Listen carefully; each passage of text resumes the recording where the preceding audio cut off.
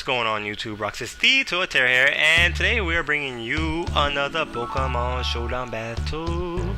We are using our Mega Altaria team, and she's been putting in nothing but the finest so far. This whole team is just amazing. I love this team. I really wish I could actually get to show these guys off in a Wi-Fi battle. This counts as a Wi-Fi battle in my opinion. As I said in my previous video, if you guys watched it, that was a funny video with him only at the end. I just thought that was really funny. But and I think I spoke about it in the last video that I'm also recording in a different way. Like, I'm not actually using audio as I record. Like, I'm not using music as I record. Usually I'm using music while I record, but I'm actually trying something new. It's where I just speak and whatnot. I don't hear any music and yada yada. I'm just gonna commentate, and then afterwards I'm gonna just add music to it, see how it sounds. I hope it sounds great, because right now you guys should just be hearing music and me talking at the same time, and I don't know how it's gonna sound, but I hope it sounds amazing. Anyway, let me stop rambling on. We are in the OU format, as you guys know already. We have Mega Altaria, we have Basti Baby, our Bastiodon. We have Rotom, who is named Scrub It Up because he scrubs everything up. He scrubs up the messes, he scrubs up everything. He is holding leftovers. We also have our Celebrate, which is named Celebi, which is named Celebi, which is named Celebrate. We have Brushy Brow, our Hitmonlee, and we have Ars Arcanum, which I have not gotten to change yet. Last video probably I'll have Ars Arcanum as his full name, because right now his name is just Arcanum. I'm gonna change his name to Ars Arcanum, obviously, for just for my reasons, because I love Kingdom Hearts and I'm just like a Ars Arcanum. Anyway, we have Garden the Gardevoir. Apparently that's what he nicknamed his Gardevoir, so that's Gardevoir. I'm just letting you know from now on. I think it says it on the. It doesn't. Anyway, he has a Gardevoir, Mega Gardevoir. I'm assuming from what I saw when I saw the team preview, because I was like, it doesn't look like he would have Mega Absol on the team. So it's a Mega Gardevoir, and a Absol, which was actually very interesting. He has a Ferrothorn, a Milotic Heat Rancor, it would seem, and he has the all-powerful Talonflame. So I predict him to at least lead with something defensive, such as the Heatran or the Ferrothorn or Milotic even. So I proceeded to lead with what did I proceed to lead with? I felt like I led with Darmanitan, Ars Arcanum. But I led with Basti Baby. Why did I lead with Basti Baby? I'm sorry about that. Oh, it makes sense. I probably wanted to get Stealth. Yeah, I wanted to get Stealth Rocks up for his Talonflame, because he has nothing to spin off anything. So I go for Stealth Rocks here, I'm sure, because he goes for Earth Power, bringing me down to 1. I honestly wanted a Metal Burst, just seeing him do that, and I was like, oh, I really wanted a Metal Burst you. But I go for Stealth Rocks, get some plussing back with leftovers, and I'm just like, well, at this point, if Earth Power is coming, I might as well switch into Rotom, not my Altaria. Even though I would resist I would be levitating above Earth Power, but what can I do in exchange when I have her in there, you know? He resists Fairy type and Dragon type, so I switch into Rotom, I scrub it up, and he goes for the Lava Plume, which was a good play, because Lava Plume could possibly burn anything I switch in, and it does not. So Rotom is sitting pretty, and I'm just like, he's obviously going to switch out into the Milotic, so I go for a Volt Switch here, because I feel like, yeah, it's really predictable. So Yuki, the Milotic, comes through, and I just use Scrub It Up, and then just Volt Switch right out on her.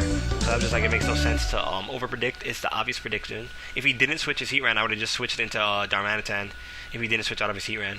But he proceeded to go into Yuki as predicted. And I switch out and go into my Hitmonlee, which is Bushy Brow, but his name is not there. I don't know why. His name is not there.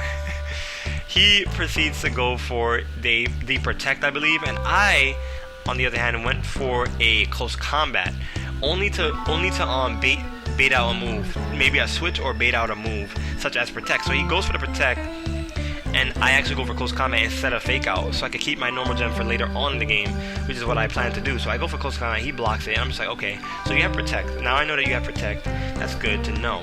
So I switch out from Hitmonlee, and I go into my Altaria, Cloudy. Oh, Celebrate. Why did I go to Celebrate? Oh, because he's going for Scald.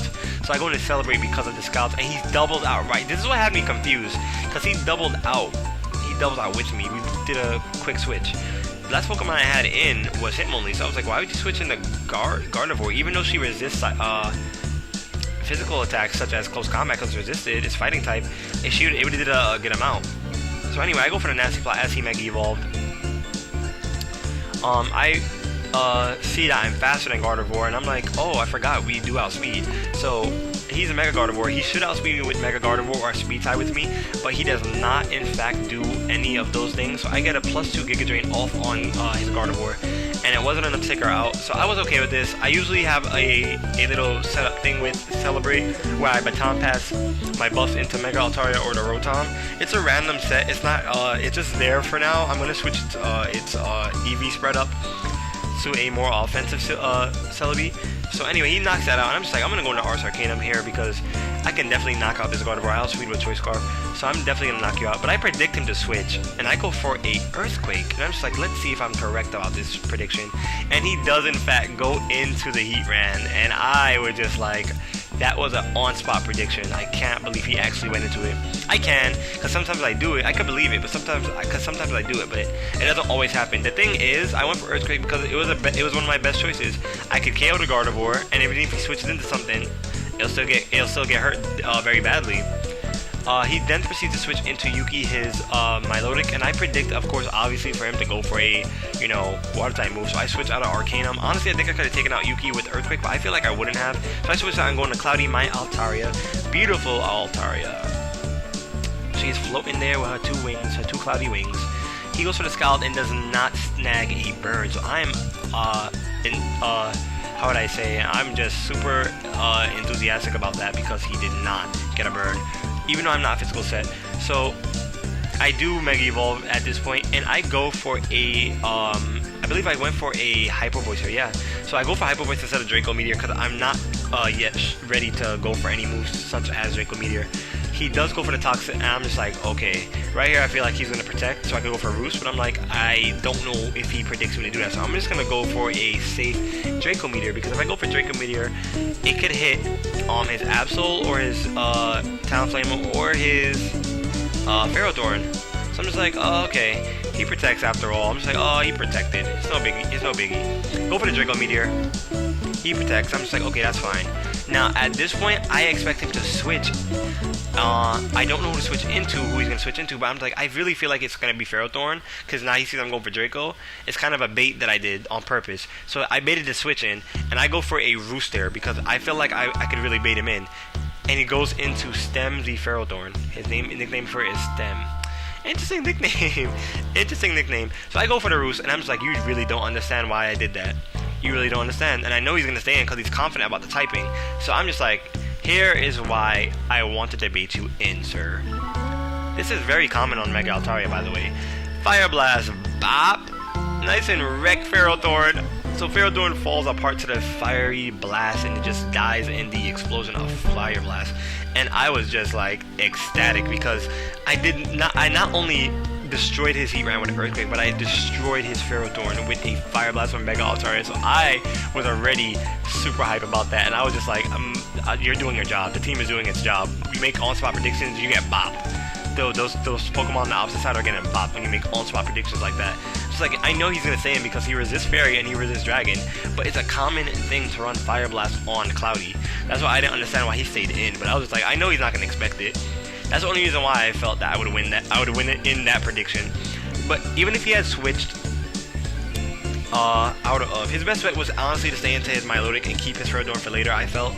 Because if he stayed in with Milotic, depending on the HP, I would have probably went for another Hyper Voice and not use Draco Meteor. I was going for Draco Meteor to ensure that I kill it, or ensure that I kill it if he switches into Absol or something like that. Because if he doesn't switch, if he wouldn't switch, say he switched into Gardevoir, I honestly thought, oh, maybe he's gonna switch into Gardevoir after me going for Draco Meteor, but I really felt like he was gonna go into his Ferrothorn for some reason. I don't know why, but I think it's only because I have Stealth Rock set up and he has his Gardevoir still. Does he? Yeah, he switched out his Gardevoir, and his Gardevoir was already at low health, so he didn't want to throw her in there, getting her more weakened by Stealth Rock and having less opportunity to use her.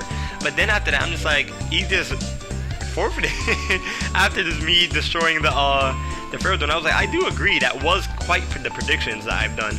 After one-shotting the Heatran with an Earthquake, and then like basically out of all the Pokemon, he could have choose I went for Earthquake, and he got bopped. You know, out of all the Pokemon he could have went into Ferrodorm, but I just felt like he was gonna go for his Heat Ran. It just felt like an obvious play for me. Some people say that was an obvious play, but it really looked like an obvious play to me. I don't know why. So did this one. I was like, if I Draco Meteor, he's gonna probably go into his Ferrodorm. It's only because he doesn't want his Gardevoir to get weakened anymore. I mean, he wouldn't have had much switch initiated after he went into Gardevoir, because if I had went for Draco Meteor, he sent in Gardevoir, negate the Draco Meteor, right? He outspeeds me. That's fine. He goes for Hyper Voice. I can just switch and go into Basculon, sack it off, and go into my Darmanitan again, and then he'll be forced to switch out, or he just forced to stay in. So if he stays in, basically at that point, he would have to die, then probably go into his Milotic, because Milotic's already down, plus jumping on Stealth Rock, and if I'm locked into Flare Blitz, I'd most likely be locked into Flare Blitz. Just go for Flare Blitz and bop it.